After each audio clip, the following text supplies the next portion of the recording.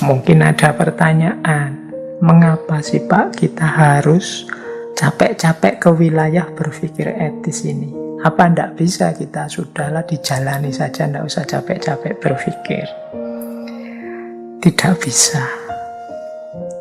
Mengapa? Karena ranah etik ini ranah yang secara konkret, real, pasti kita hadapi dalam hidup. Tidak berpikir itu tidak bisa. Kalau gagasan-gagasan besar filsafat misalnya, apakah manusia itu hakikatnya ini, hakikatnya itu, mana yang lebih kuat antara demokrasi apa teokrasi, macam-macam itu kita menghindar dari ini bisa. Tapi kalau berpikir etik ini tidak bisa, karena setiap hari mau tidak mau dalam hidup kita harus mengambil keputusan-keputusan etik. Ada satu fenomena yang mendorong kita berpikir etik, yaitu kita hidup ini kan harus bertindak dan memutuskan sesuatu di level apapun hidup kita.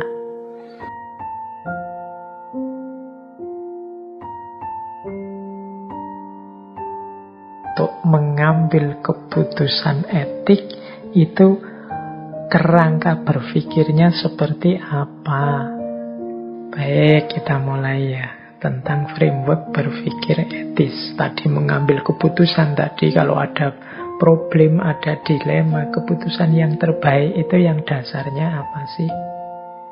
Ada 3 framework yang terkenal dalam berpikir etik. Yang pertama namanya teleologis, yang kedua namanya deontologis, yang ketiga namanya pendekatan virtu. Teleological ethic, deontological ethic, dan virtu ethic. Sekarang kita lihat bedanya 3 ini. Teleological ethic itu apa? Teleological ethic itu cara berpikir yang fokus pada hasilnya, buahnya. Maka pertanyaan pertama dalam theological ethic itu tujuannya apa? Target yang ingin diwujudkan apa? Ini cara berpikir teologis. Jadi dalam teleological ethic kita melihat seandainya keputusan ini yang saya ambil, efeknya apa? Apakah efek ini yang aku inginkan? Nah, itu namanya teleological ethic. Melihat buahnya, melihat hasilnya. Jadi pertama-tama orang yang berpikir teleological ethic ini fokus pada akibatnya, manfaatnya, baik langsung maupun tidak langsung. Dan dia akan milih hasil yang terbaik. Jadi mewujudkan hasil yang terbaik secara hasilnya ya. Jadi tidak melihat prosesnya. Ini namanya teleological ethic. Kalau ada orang begini, cara berpikirnya, sudahlah, ambillah keputusan apa saja, yang penting kamu gembira. Nah, ini cara berpikir teleologis. Dilihat gembiranya. Yang penting semua setujulah. Nah, ini jadi dilihat aspek telosnya, tujuannya. Pokoknya tujuan kita kan mufakat. Entah itu memufakati hal yang baik atau yang buruk, yang penting kita sudah mufakat. Nah, ini cara berpikir teleologis. Tadi yang kasus sepak bola sama sumbangan COVID tadi, secara teologis berarti yang kamu inginkan apa? Tujuanmu apa? Kalau tujuanmu adalah memenuhi wasiat, ya sudah, jalankan, belilah, buatlah klub sepak bola yang besar. Tapi kalau ingin bagaimana caranya harta ini semakin manfaat untuk banyak orang, tidak hanya untuk sekelompok orang, sebagian orang, tujuannya itu, ya sudah, pilih saja sumbangan kemanusiaan. Ini cara berpikir namanya teleological ethic. Jadi evaluasinya teleological ethic ini ya melihat kesesuaian hasil dengan yang memang dituju. Misalnya teman-teman ingin ngecek, saya ngaji filsafat ini baik enggak sih? Saya ikut ngaji seperti ini. Nah itu kalau di teleological ethic pertama-tama ditanyakan, lu tujuanmu ngaji itu apa? Saya sih tujuannya ngaji ya daripada nganggur saja, Pak. Oh ya sudah, kalau tujuannya daripada nganggur, dengan ikut ngaji kan kelihatannya enggak nganggur. Berarti sukses. Etik, keputusan yang kamu ambil itu sudah benar. Pak, saya itu ikut ngaji tujuannya biar paham pikiran-pikiran para filosof. Lah terus kamu sudah ikut ngaji banyak sekali sesi, sudah paham apa belum pikiran-pikiran para filosof yang kamu inginkan? Belum, Pak, tambah mumet saya, Pak. Itu berarti secara teleologis keliru keputusan yang kamu ambil. Mungkin kamu jangan ikut ngaji filsafat, kamu baca sendiri buku-buku filsafat, atau kamu kuliah saja di jurusan filsafat kalau tujuanmu itu. Jadi cara berpikir seperti ini namanya teleologis. Kalau nanti teman-teman ketemu orang-orang yang berpikirnya begini, maka ya jangan kesusu disalahkan. Kok ada orang kok lihat hasilnya saja, yang penting kan prosesnya. Hasil itu serahkan pada Allah, kita harus tawakal. Kan kita sering bilang begitu. Tidak seperti kelompok teleologis ini. Tapi ya kalau ada orang seperti ini, ya harus dimaklumi. Berarti memang cara berpikirnya berbeda. Dia pakai paradigma teleologis, ukuran tujuan. Kalau tujuannya sudah terpenuhi ya berarti benar. Kalau tujuannya belum terpenuhi berarti salah. Itu yang pertama. Yang kedua, deontological ethic. Deontological ethic ini etika deontologis. Ini boleh didengarkan rekaman ngaji filsafat ketika membahas etikanya Immanuel Kant yang dikenal sebagai etika deontologis. Kalau yang teleologis tadi boleh didengarkan etikanya John Stuart Mill. Kelihatannya dulu pernah membahas tokoh ini. Kalau tidak salah membahas tentang kebebasan. Itu nanti sistem etiknya sering disebut etik yang coraknya teleologis. Nah, sebaliknya kalau deontologis itu ukuran tindakan kita benar atau salah itu dilihat apakah kita sudah menjalankan kewajiban-kewajiban moral, sudah menjalankan yang seharusnya kita lakukan atau belum. Jadi deontologis itu sering disebut etika kewajiban yang harus kita lakukan. Kalau kita sudah menjalankan yang harus kita lakukan, ya berarti sudah etis itu. Kita wajib belajar mencari ilmu, mengejar ilmu. Dan kita sudah belajar mencari ilmu, mengejar ilmu. Hasilnya apa? Serahkan pada Allah. Ini sebenarnya sejenis etika deontologis. Kita wajib jujur, karena jujur itu adalah satu kebaikan yang harus kita hidupkan, kita jalankan. Kalau kita sudah menjalankan kejujuran, ya berarti sudah. Itulah kewajiban kita. Bahwa dari jujur itu kemudian ada efek-efek yang tidak diinginkan, ya sudah. Kita siap menerima segala efeknya. Yang penting prosesnya sudah kita tempuh, yang harus kita jalankan sudah kita jalankan. Ini cara berpikir deontologis. Ya, mungkin kalau memakai ilustrasi yang sering kita pakai untuk pengecualian itu, kan kita sering, zaman saya belajar akhlak, belajar etika itu sering ada ilustrasi cerita begini. Jika satu ketika ada orang mencari teman kita akan dibunuh, sementara kita tahu di mana tempatnya teman kita itu. Nah, itu Harusnya apa yang kita lakukan? Kita jujur atau bohong? Kalau kita jujur, resikonya dia tahu tempatnya teman kita bisa terbunuh. Kalau kita bohong, berarti kita tidak etis, tidak bermoral, karena manusia itu diwajibkan untuk jujur. Ini jenis dilema juga. Kalau pakai perspektifnya teleologis, dilihat efeknya, hasilnya.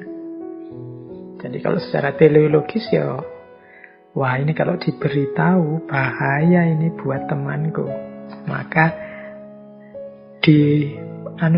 sembunyikan saja, bilang saja tidak tahu atau diarahkan kemana biar tidak terjadi pembunuhan ini.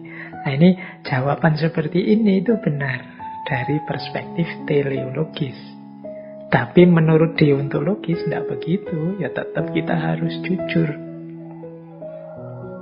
Bilang saja saya tahu teman saya di mana. Tapi kalau kamu mau bunuh teman saya, ya termasuk jadi tugas moral saya untuk membela teman saya. Ini gaya deontologis namanya. Jadi saya tidak bohong, tapi saya tidak hanya baik untuk aspek memberitahu ini saja, saya juga baik untuk tindakan selanjutnya. Kalau selanjutnya kok terjadi mau kezoliman, mau penyiksaan, mau pembunuhan, ya saya harus membela biar kezoliman itu tidak terjadi, pembunuhan itu tidak terjadi. Jadi ini membelanya jangka panjang akhirnya. Tidak hanya bilang atau bohong tentang di mana temanmu. Nah ini gaya deontologis. Jadi teleologis dan deontologis ini dua gaya yang berbeda dalam saat kita berpikir etik. Ya paling tidak hari ini kita bisa menerima kalau ada orang bergaya teleologis atau bergaya deontologis. Kalau gaya teleologis itu fokusnya pada tujuannya, hasilnya, kadang-kadang meleset-meleset sedikit di proses, tidak masalah, yang penting hasilnya sesuai yang diinginkan. Kalau deontologis lebih pada apa yang memang harus kita lakukan, yang seharusnya. Hasilnya apa, sudah bukan urusan lagi. Jadi itulah framework berpikir etik. Yang kedua. Yang ketiga, virtu etik. Virtu etik ini sering disebut sebagai etika kebajikan. Nah, kalau ini berbeda dengan dua framework sebelumnya. Kalau dua framework sebelumnya, yang satu melihat hasilnya, yang satu melihat kewajiban, keharusan yang dilakukan. Kalau virtu etik ini melihat orangnya. Jadi melihat karakter orangnya. Jadi ukuran keputusannya basisnya pada karakter yang harus aku kembangkan. Baik atau buruk itu diawali dari orangnya. Jadi virtu etik itu mengawali proses berpikir etik dari karakter yang akan kita bentuk. Jadi fokusnya pada karakter yang akan kita kembangkan. Sampean ingin jadi orang seperti apa? Saya ingin jadi orang jujur, saya ingin jadi orang pemberani, saya ingin jadi orang yang bisa dipercaya, saya ingin jadi ini kan. Kalau dalam agama namanya akhlakul karimah. Saya ingin menghidupkan ini. Jadi fokusnya pada karakternya. Dengan asumsi orang-orang yang sudah terbangun karakternya, dirinya sudah terbangun jadi orang baik, yang dia lakukan pasti baik. Nah ini namanya virtu etik. Kalau sudah terbentuk karakter jujur dalam dirimu, berarti keputusan apapun yang akan kamu ambil pasti tidak nabrak prinsip-prinsip kejujuran. Kalau berani jadi karaktermu, keputusan etik apapun yang kamu ambil pasti tidak akan nabrak prinsip-prinsip keberanian. Jadi ini virtu etik ini justru yang dilihat adalah orangnya. Apakah orang ini bisa dipercaya? Oh, kalau orang ini memang karakternya bisa dipercaya, keputusan apapun yang dia ambil pasti juga bisa dipercaya. Jadi dia melakukan kebaikan karena karakternya sudah terbentuk jadi orang baik. Ini parameternya berbeda. Kalau teleologis tujuannya, deontologis perbuatan, kewajiban-kewajibannya. Kalau virtu etik ini orangnya.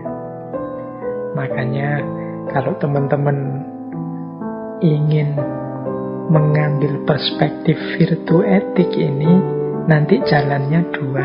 Yang pertama, membentuk karakter kita sendiri jadi orang baik, atau kita ikuti keputusannya orang-orang yang memang sudah baik, atau kita tiru yang dilakukan oleh orang-orang yang memang karakternya terbukti baik.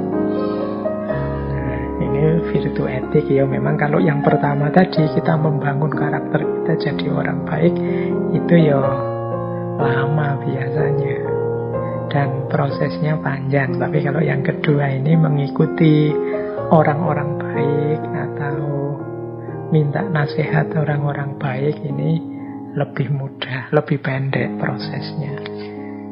Kalau tentang virtu etik ini, mungkin bisa teman-teman mendengarkan ngaji filsafat, misalnya Etikanya Aristoteles atau Plato.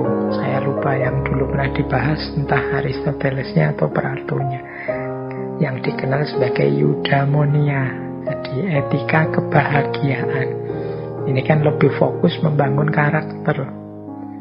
Sama seperti kalau belajar akhlak Imam Ghazali atau akhlak Ibnu Miskaweh, itu kan fokus pada bagaimana membangun karakter orangnya.